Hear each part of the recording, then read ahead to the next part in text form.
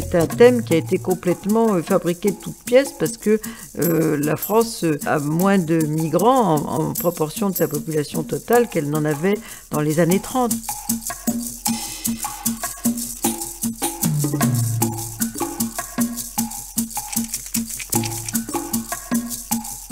Un migrant a une définition très précise qui est celle du département de la population des Nations Unies. Et on distingue les migrants internes à l'intérieur des pays, les migrants internationaux qui traversent les frontières. Un migrant international est quelqu'un qui est né dans un pays, qui vit dans un autre pays que celui où il est né pour une durée égale ou supérieure à 1 an. On a à l'échelle mondiale 266 millions de migrants internationaux. Le réfugié est donc un migrant, selon cette définition, sauf que c'est un migrant forcé par des situations de crise politique ou environnementale. On a aujourd'hui 70 millions de réfugiés, sauf que sur ces 70 millions, seuls 26 millions ont un statut de réfugié. Les autres sont soit demandeurs d'asile, soit en protection humanitaire, et certains n'ont aucun statut. Parce qu'on a eu, surtout 90, un phénomène d'ouverture des frontières. On a eu la chute du rideau de fer et la possibilité de sortir d'un certain nombre de pays autres, comme la Chine, comme des pays du Sud, qui rendaient difficile l'obtention d'un passeport. Donc on a une sorte de droit de sortie généralisé ou presque à l'échelle mondiale. Aujourd'hui, il n'y a plus guère que la Corée du Nord, dont on ne peut pas sortir.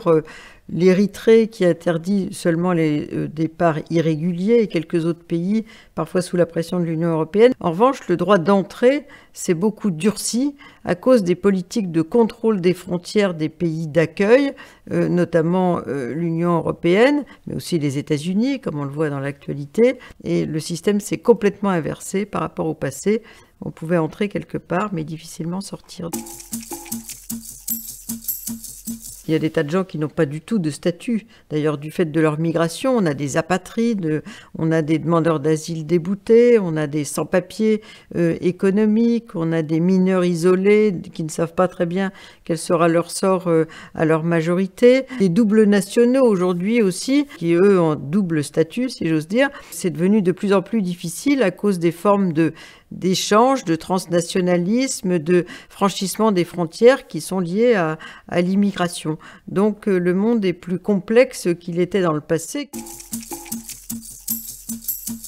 Pendant très longtemps, on avait essentiellement des Européens qui partaient à travers le monde entier pour y travailler, mais aussi à des fins de colonisation, à des fins de commerce international. Alors qu'aujourd'hui, on a plutôt des gens qui, à l'échelle mondiale, viennent aussi pour travailler. On a beaucoup de migrants qui vont du sud au sud, ce qui n'était pas le cas dans le passé, où les Européens allaient du nord au sud, et aussi des migrants aujourd'hui qui vont du sud au nord, ceux dont on ne parle qu'exclusivement, même si les migrations sud-sud aujourd'hui sont plus importantes que les migrations sud-nord. Donc aujourd'hui, le sud est le grand lieu, non seulement de départ, mais aussi d'arrivée des migrants. Des pays comme l'Iran, comme par exemple le Pakistan ont accueilli la plupart des Afghans. Aujourd'hui, c'est la Turquie qui a accueilli l'essentiel des Syriens. Une partie des Irakiens a été accueillie dans le passé par la Syrie. Le Liban, qui était un pays secoué par des crises politiques sans fin, a accueilli aussi une partie des réfugiés syriens, par exemple. On a beaucoup plus de migration sud-sud aussi à des fins de travail. Et on aura de plus en plus de déplacés environnementaux qui iront du sud au sud, parce que les gens les plus pauvres ne vont pas loin, ils vont dans le pays d'à côté. Techniquement, on peut voyager, mais administrativement non, parce que maintenant il faut des visas pour toute une série de destinations, notamment pour les gens qui viennent de pays pauvres ou de pays en crise, qui constituent aux yeux des pays riches des pays à risque migratoire. Il faut traverser les frontières. Si on ne vient pas légalement, il faut faire appel à des passeurs, et ça se traduit souvent en catastrophes comme en Méditerranée par exemple. Et donc pour tous ces gens, c'est très très difficile de traverser les frontières.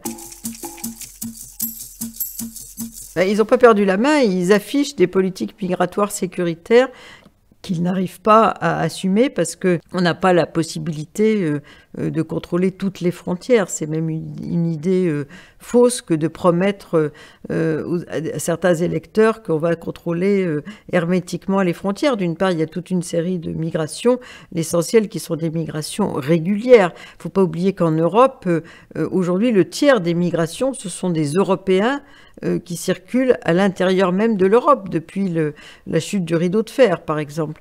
Des migrations de travail, le regroupement familial est l'essentiel aujourd'hui des migrations vers l'Europe, notamment venant de pays du Sud. On migre aussi de plus en plus pour y faire des études, pour démarrer une carrière professionnelle. Donc ça, c'est des choses qui se sont beaucoup internationalisées. On est dans un monde qui bouge. L'Afrique est en mouvement et pour l'essentiel avec des Africains qui migrent en Afrique. Donc ça, c'est un premier point. Deuxièmement, quand les Africains ne migrent pas en Afrique mais ailleurs, ils ne vont pas qu'en Europe. Ils vont aussi aux États-Unis, ils vont au Canada, ils vont aujourd'hui en Chine, puisque les Chinois viennent aussi en Afrique. Et l'Europe n'est pas la seule destination. D'autre part, une petite partie finalement de ces Africains viennent en Europe, ceux qui sont les plus informés, qui ont un capital de savoir-faire, de mobilité plus important que ceux qui se réfugient dans les pays voisins des zones de crise. Donc l'idée que tous les Africains vont se déverser vers l'Europe est une idée fausse.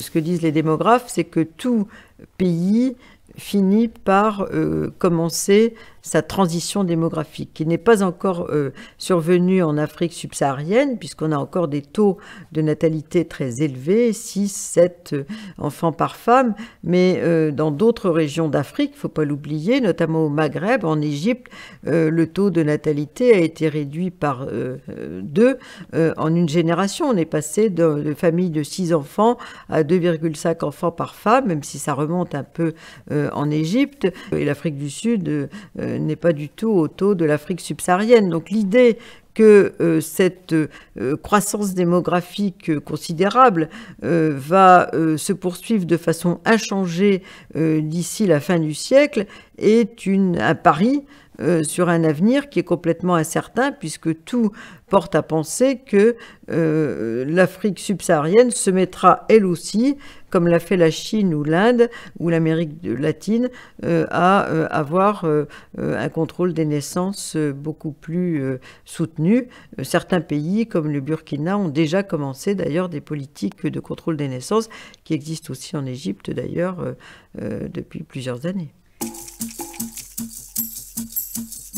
Je dirais qu'il y a plus de visibilité des migrations.